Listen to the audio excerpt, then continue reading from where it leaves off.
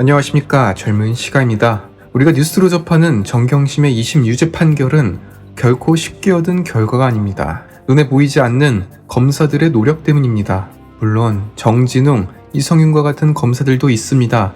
그러나 정경심 재판에서 활약한 9명의 검사들이 잠을 자지 않고 확실한 증거를 들이밀었기 때문에 모든 혐의에서 유죄를 받은 것입니다. 그 중에서 정경심의 유죄 핵심인 표창장 위조 증거를 잡아낸 검사가 있습니다. 바로 곽중욱 검사입니다. 이번 2심 재판에서 표창장 위조 관련 의견 제출, 강사휴게실 PC 위법, 수집 주장에 대한 반박을 한 검사입니다. 곽중욱 검사는 2018년에 모범 검사로 선정되었습니다. 공사업자가 뇌물을 뿌리다가 이를 잡아낸 공로를 인정받았기 때문입니다.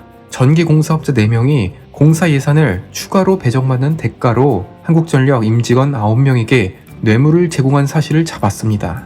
이로 인해 한전 상임이사와 고위 간부를 구속 기소하고 한국전력이라는 공기업의 고질적인 비리를 철저하게 캐냈습니다. 어째서 범죄자들이 검찰을 두려워하는지 이해가 가시지요? 이번 영상은 2019년 정경심의 비리가 막 드러날 때 검사들이 겪었던 수모를 보여드립니다. 그럼에도 왜 우리나라를 지키는 기관이 검찰인지도 엿볼 수 있습니다. 영상 끝까지 시청 부탁드립니다. 구독과 좋아요는 큰 힘이 됩니다.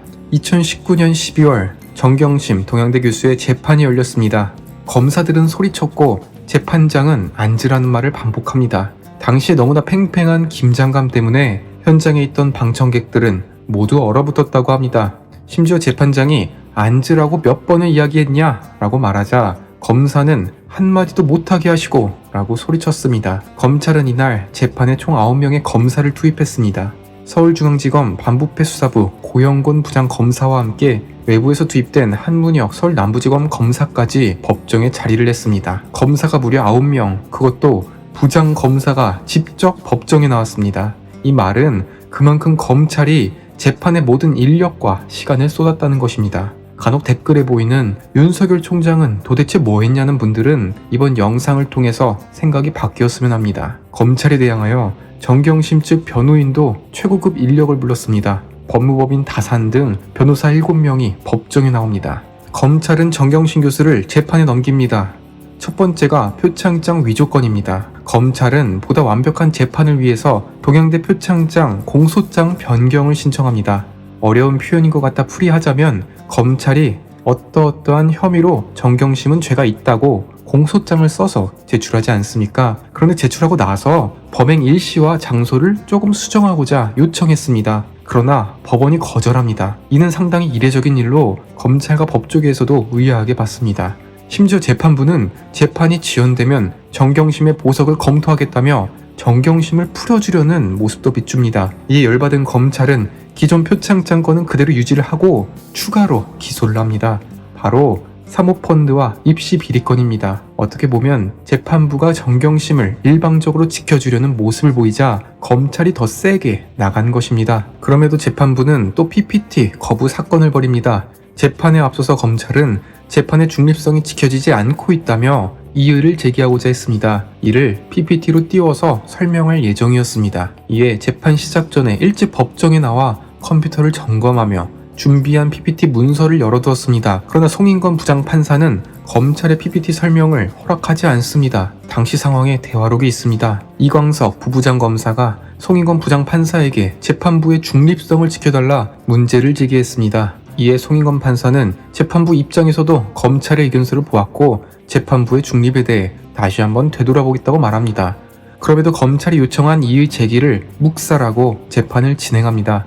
이에 여러 검사가 돌아가면서 일어나 검찰 의견을 듣지 않고 일방적으로 재판을 진행하는 것은 부당하다. 그 외에도 이의를 제기할 내용이 있다고 불만을 표출했습니다. 그러나 송 판사는 검사들에게 앉으라고 말합니다. 이후 재판이 진행되고 정경심 측 변호인은 검찰의 증거에 대한 문제점을 지적합니다. 그러나 강일민 검사가 고성을 내지른 뒤에 재판부가 아닌 방청석을 바라보고 말합니다.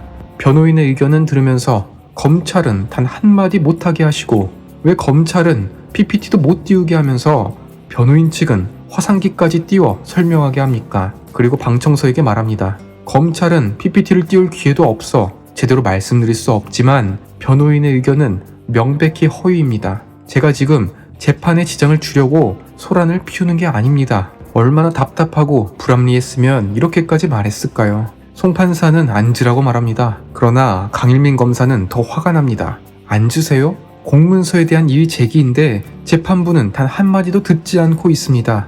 이에 질세라 이광석 부부장 검사는 저희에게 진술할 기회를 달라고 말합니다. 그러나 불필요하다고 판단해 허가하지 않는다고 거절합니다. 허가하지 않는 것에 대해 이의를 제기합니다. 그러나 이 역시 재판 진행에 방해가 되는 것 같다는 송인권 판사의 대답뿐이었습니다. 정경심 측 변호인은 재판 마무리에서 이런 망언을 내뱉습니다. 재판부의 소송 지휘를 충실히 따라야 하는데 검찰은 그러지 않는다. 30년 동안 재판을 해봤지만 이 같은 재판 진행은 본 적이 없다. 검사 모두가 재판장의 발언을 제지하거나 일방적 발언을 계속하고 있다. 재판장의 발언권이 가장 선행되어야 한다. 재판이 끝난 후에 사모펀드와 입시비리건 중에서 어느 것을 먼저 재판을 열지도 치열하게 싸웠습니다. 변호인 측은 사모펀드 먼저 하자고 주장합니다. 이는 입시비리는 죄가 확실하다는 것을 자기들도 인식하고 있으니 그나마 유리한 사모펀드 건으로 싸움을 이끌어갈 전략이었습니다. 이렇게 검찰과 변호인이 치열하게 다툴 때 정경심은 법정에 나오지 않았습니다. 왜냐하면 출석할 의무가 없기 때문입니다. 이번 내용을 보면서 생각이 많이 바뀌셨는지요? 우리 국민은 검사들에게 빚을 진 것입니다. 경찰이 있기에 걱정 없이 밤에 길을 돌아다닐 수 있는 것처럼 검찰이 있기에 우리는 정당하게 일을 하고 살아갈 수 있습니다. 이번에 대선에 출마한 추미애는 정경심 수사를 지휘했던 한동훈 검사장을 맹비난합니다. 있지도 않은 권력비를 내세워서 나라를 둘로 쪼개고 한 가족을 망쳐놨다. 심지어 한동훈 검사가 주범이라고까지 칭합니다. 정 교수의 실형 선고를 특별한 혐의들로 포장해 부풀리는 궤변을 그만두고 지금이라도 자신의 직책을 뉘우치려고 바랍니다. 그러나 한동훈 검사도 만만치 않습니다. 추미애 후보의 주장은 허위 사실로 수사팀의 명예를 훼손하는 것이다. 참으로 추한 사람입니다. 그렇게 윤석열 총장에게 검찰총장이 정치적 중립을 지키지 않고 대통령 선거에 출마했다고 비난하는 사람이었습니다. 그런데 정작 법무부 장관을 사퇴하고 자기도 대선 출마를 결정하자 그러한 말은 쏙 들어갑니다.